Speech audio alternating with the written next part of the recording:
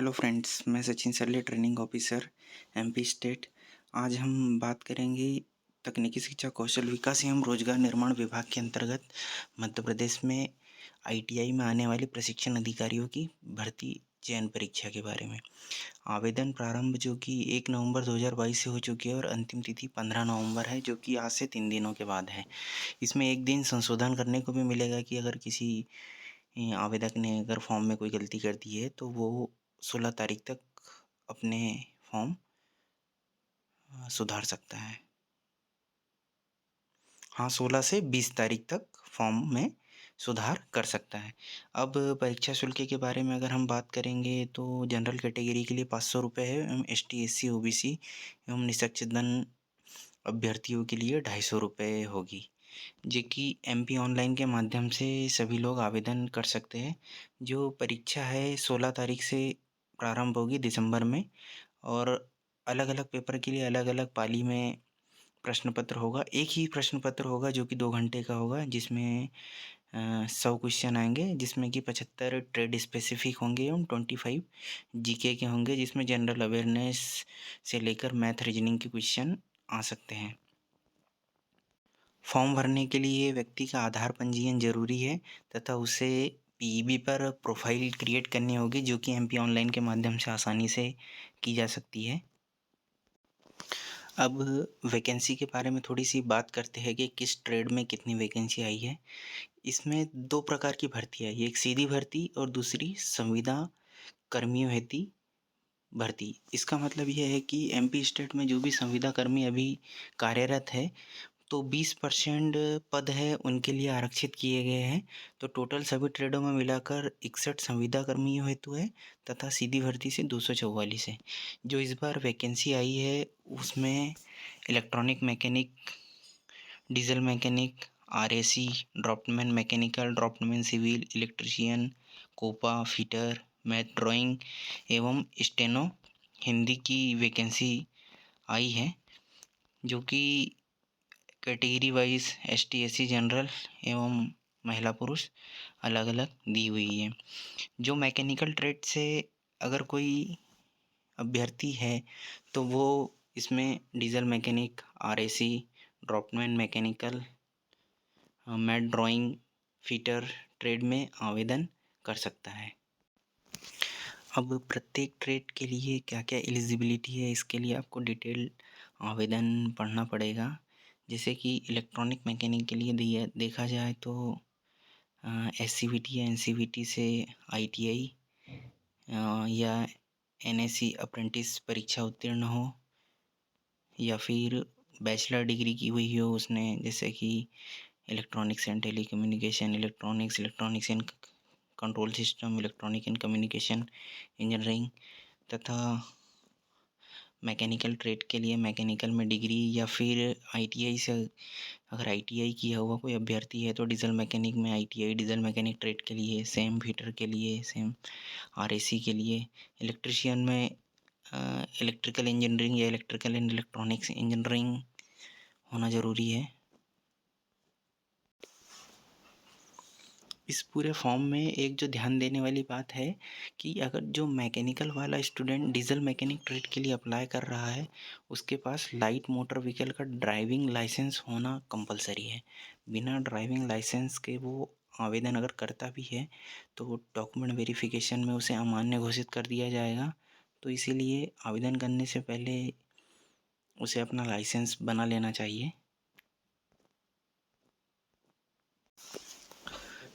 Syllabus के बारे में मैंने जैसा पहले ही बताया कि प्रत्येक ट्रेड के लिए 75 क्वेश्चन ट्रेड स्पेसिफिक होंगे तथा 25 objective type question GK portion से आएंगे, जो कि 10th स्तर के होंगे, जिसमें विज्ञान, गणित, सामान्य ज्ञान, तार्किक ज्ञान तथा बेसिक कंप्यूटर नॉलेज के 25 क्वेश्चन। टोटल 100 क्वेश्चन पर क्वेश्चन 1 नंबर का होगा और 2 घंटे का पेपर होगा।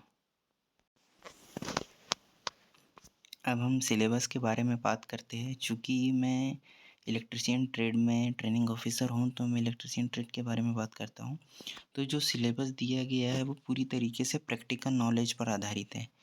चूँकि प्रैक्टिकल नॉलेज पर आधारित जो इस बार सिलेबस दिया गया है, तो हमें थ्योरी प्लस प्रैक्टिकल नॉलेज होना भी ज़रूरी है।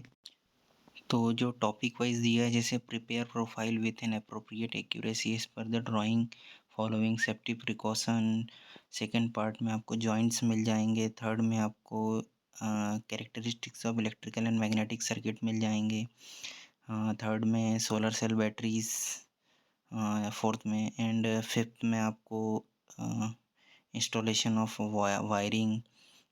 सिक्स्थ में आपको अर्थिंग। तो इस प्रकार से ये पूरा सिलेबस बनाया गया है, जो कि थ्योरी प्लस प्रैक्टिकल का कॉम्बिनेशन है। तो अगर आप इलेक्ट्रिशियन ट्रेड की तैयारी अगर करना चाहते हैं तो आपको भारत स्किल पोर्टल से बहुत ज़्यादा हेल्प मिल जाएगी, जिसमें कि NSQF लेवल 5 का जो पूरा सिलेबस इलेक्ट्रिशियन ट्रेड का दिया हुआ है, जिसमें कि आपको topic wise objective question, question bank तथा सिलेबस PDF सभी वहाँ पर अवेलेबल हैं। तो आप अगर इसकी तैयारी कर रहे हैं तो आप नेमी पैटर्न पर आधारित कोई भी बुक, चाहे अरिहंत ले रहे हो या रॉयल पब्लिकेशन की या एशियन पब्लिकेशन की बुक ले रहे हो, सभी बुक स्टैंडर्ड है, जिनको आप फॉलो कर सकते हो, लेकिन नेमी पैटर्न पर आधारित कोई भी बुक होना चाहिए।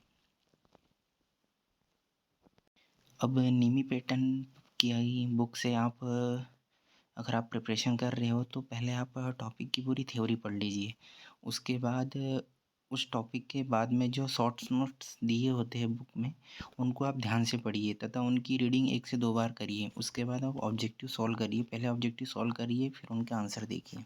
इस हिसाब से आप प्रत्येक टॉपिक के थ्योरी प्लस क्वेश्चन अगर आप लगाओगे तो आपको इससे बहुत ज़्यादा हेल्प मिलेगी। सभी टॉपिक के क्वेश्चन आप बुक से लगाने के बाद आप भारत स्किल की वेबसाइट पे जाके क्वेश्चन बैंक में जो लेवल 1, 2, 3 के जो क्वेश्चंस दिए हुए हैं वो आप लगाइए। उससे आपको ट्रेड थ्योरी की प्रिपरेशन करने में बहुत ज़्यादा हेल्प मिलेगी। अब जैसे आज 12 तारीख हो गई है और जो पेपर स्टार्ट होने वाला है वो 16 दिसंबर से होने वाला है। अब इलेक्ट्रिशियन ट्रेड में 30 टॉपिक हैं। अगर आप प्रत्येक एक टॉपिक को एक दिन भी दें कि एक दिन उसके 8 से 10 घंटे मैं उसकी थ्योरी पढ़ूँगा तथा सेकंड टाइम 1 से 2 घंटे में उसके ऑब्जेक्टिव लगाने का ट्राई करूँगा, तो डेफ़िनेटली आप इसमें लगभग सभी टॉपिक को कवर कर सकते हो। और जो जीके के टॉपिक है, वो तो आप जो नॉर्मली कंपटीशन एग्ज़ाम के लिए पढ़ते हो वो मोर देन इनफ है। फिर भी MPTO का एग्ज़ाम है तो MP में करंट अफेयर्स और MP का जो जीके है उस पे आपको थोड़ा प्रेफ़रेंस देना चाहिए। और करंट अफेयर्स तो इंडिया का भी नॉर्मली आता है। जो लास्ट टाइम एग्ज़ाम हुआ था उसमें 25 नंबर में मैथ नहीं थी, उसमें जीके और करंट अफेयर्स और MP जीके के क्वेश्चन ज़्यादा थे। कुछ कुछ क्वेश्चन कंप्यूटर नॉलेज के भी थे। तो आपको 25 नंबर पे तो फोकस करना ही करना है, लेकिन ये 75 नंबर्स ये आपको टॉपिक वाइज इसकी प्रिपरेशन करनी पड़ेगी। बिना अगर टॉपिक वाइज आप कोई भी बुक उठा के आप पढ़ने जाओगे तो आप पूरा सिलेबस कवर नहीं कर पाओगे। अगर अपन स्टैंडर्ड बुक्स की बात करें तो एशियन पब्लिकेशन की बुक को भी आप प्रेफर कर सकते हैं। उसमें भी बहुत डीप में टॉपिक और उसकी थ्योरी दी हुई है। और अरिहंत पब्लिकेशन की बुक भी ITI ट्रेनिंग्स के लिए बहुत बेनिफिशियल है। भारत स्किल पोर्टल जो कि सभी के लिए ओपन है। आप भारत स्किल सर्च करोगे, भारत स्किल इलेक्ट्रिशियन आप गूगल पे सर्च करोगे तो आपको उसमें दिख जाएगा। तो उसमें आपको क्वेश्चन बैंक में जाके आप चारों सेमेस्टर की सेमेस्टर वाइज PDF डाउनलोड करके उनका अध्ययन कर सकते हैं। उसमें topic wise objective type questions दिए हुए हैं। समथिंग 1000 से 2000 क्वेश्चन आपको वहाँ पे ट्रेड रिलेटेड मिल जाएंगे। और आप CITS जो कि ट्रेनर्स के लिए जो एग्ज़ाम होता है उसके क्वेश्चन भी आप रेफ़र कर सकते हो, जो कि लगभग सेम ही होता है।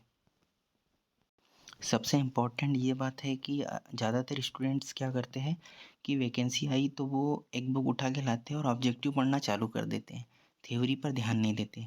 चूँकि ऑब्जेक्टिव तो इम्पोर्टेंट है ही है, लेकिन पहले उसका थ्योरी नॉलेज हमें होना बहुत ज़रूरी है। इसीलिए ये जो 30 टॉपिक है, पहले एक टॉपिक का आप नाम पढ़िए, उसकी आप थ्योरी पढ़िए बुक से उसकी थ्योरी। ज़्यादातर एक टॉपिक की थ्योरी 3 से 4 घंटे में आप अगर रीडिंग लगाओगे तो नॉर्मली रीडिंग उसकी हो जाएगी, लेकिन आप उसको अच्छे से डिटेल में अगर आप पढ़ना चाहोगे तो आपको 8 से 10 घंटे एक टॉपिक को कम से कम देना होगा और 3 से 4 घंटे उसके ऑब्जेक्टिव पर आपको मेहनत करनी होगी। इस प्रकार से आप टॉपिक वाइज़ अगर आप प्रिपरेशन करोगे तो आप नन यूजुअली एग्ज़ाम क्रैक कर लोगे। चूँकि इस बार इलेक्ट्रीशियन ट्रेड में 48 वैकेंसी है। वैकेंसी की जो नंबर्स है, लास्ट टाइम 2016 में जब वैकेंसी आई थी उसमें 139 थे, तो इस बार 1/3 वैकेंसी कम हुई है, तो कट ऑफ यूजुअली हाई जाने के बहुत ज़्यादा चांस है। लेकिन फिर भी अगर आप अच्छे तरीके से मेहनत करोगे तो नॉर्मली आप क्रैक कर सकते हो। 75 में से 70 मार्क्स लाना कोई बहुत बड़ी बात नहीं है। अगर टॉपिक वाइज आप तैयारी करोगे तो 70 थ्योरी में और नॉन टेक्निकल में 22 से 23 मार्क्स नॉर्मली स्टूडेंट्स के आ जाते हैं। तो 85 से 90 लाने की कोशिश करिए, सिलेक्शन आपका ज़रूर होगा। थैंक यू, धन्यवाद।